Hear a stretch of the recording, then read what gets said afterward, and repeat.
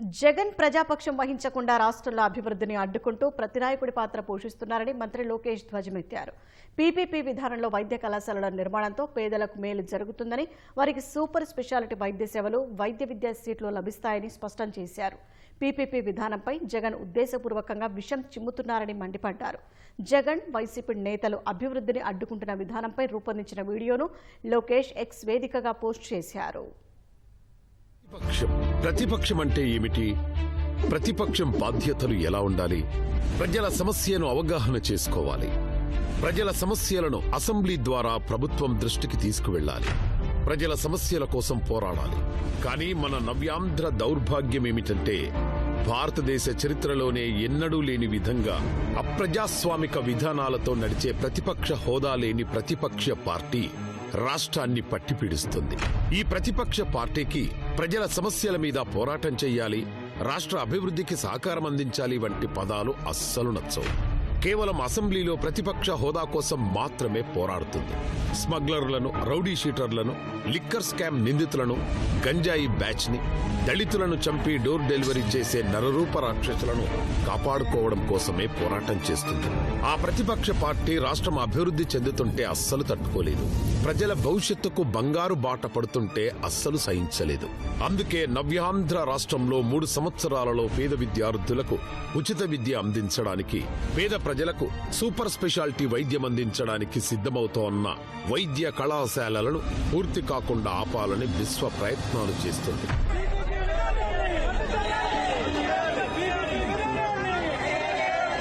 PPP విధానం ద్వారా నిర్మాణానికి సిద్ధమవుతోన్న వైద్య కళాశాలలను ఈ ప్రతిపక్షం ఎందుకు అడ్డుకుంటుంది?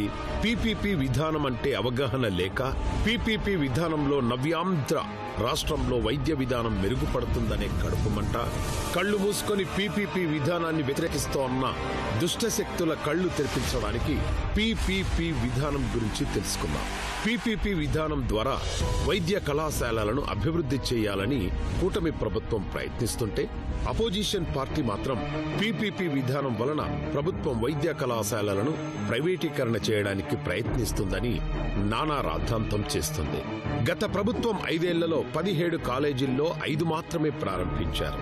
గత ప్రభుత్వ విధానంలో ఈ 17 కాలేజీలు పూర్తి కావాలంటే కనీసం 20 నుండి 25 ఏళ్లు పడుతుంది.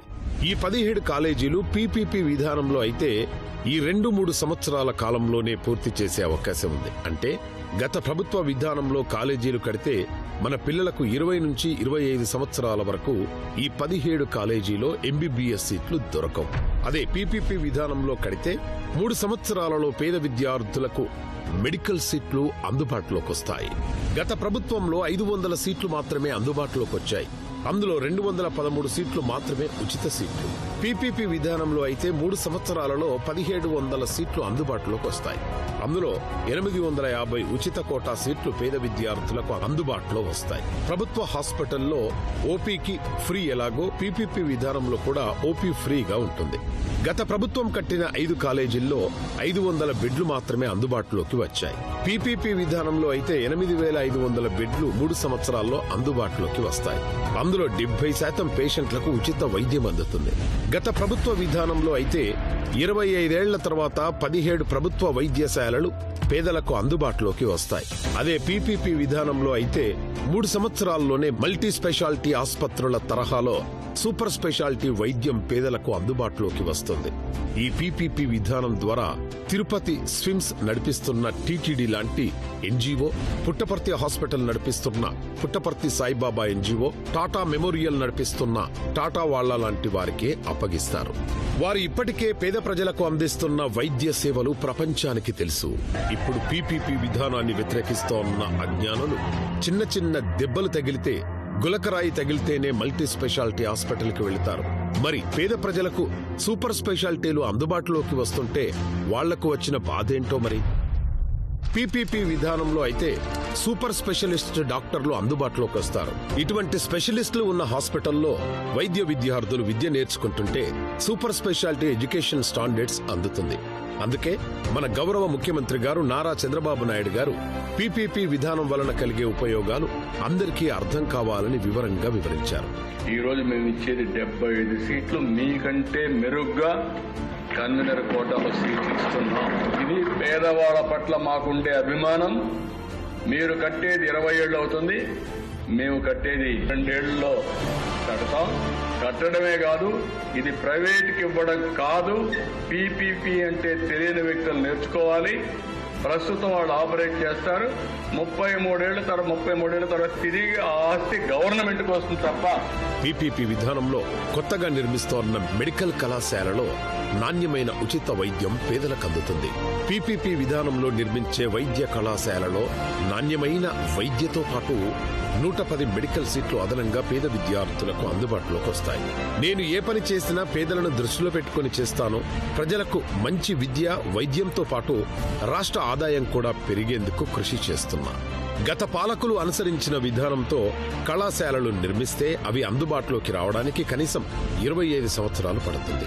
అప్పటి వరకు పేద ప్రజలు ఇబ్బంది పడాలా?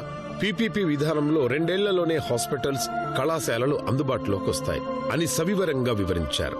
దార్శనికులైన నారా చంద్రబాబు నాయుడు గారు ముందు చూపుతో పీపీపీ విధానంలో నిర్మిస్తున్న ఈ ప్రభుత్వ వైద్య కళాశాలల నిర్మాణాలు విధ్వంసకర ప్రతిపక్ష పార్టీలు, విద్రోహ శక్తులు ఎన్ని కుట్రలు చేసినా ఆగదు. నవ్యాంధ్ర స్వర్ణాంధ్ర వైపు నడవడం ఆగదు. నవ్యాంధ్ర స్వర్ణాంధ్రగా మారడం ఆగదు.